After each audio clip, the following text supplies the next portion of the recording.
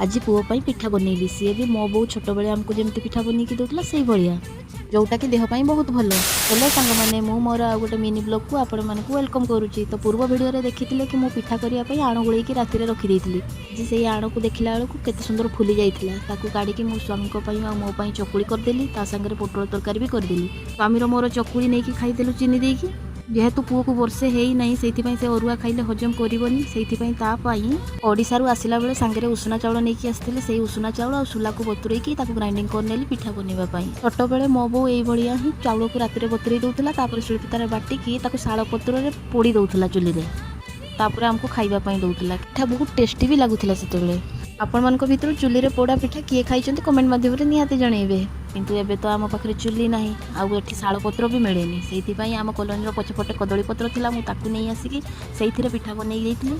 जेहेतु चुली ना से भात हांडी ही एकाथरे दे देइथिलि सिझिबापई से पिठा हो गला पर छुआ को खुई देइथिलि। एटा देह पई बहुत भल। जदि मो वीडियो आपण मान को भल लागे फॉलो आउ लाइक करिया पई जमा भी भूलिबेनी रही।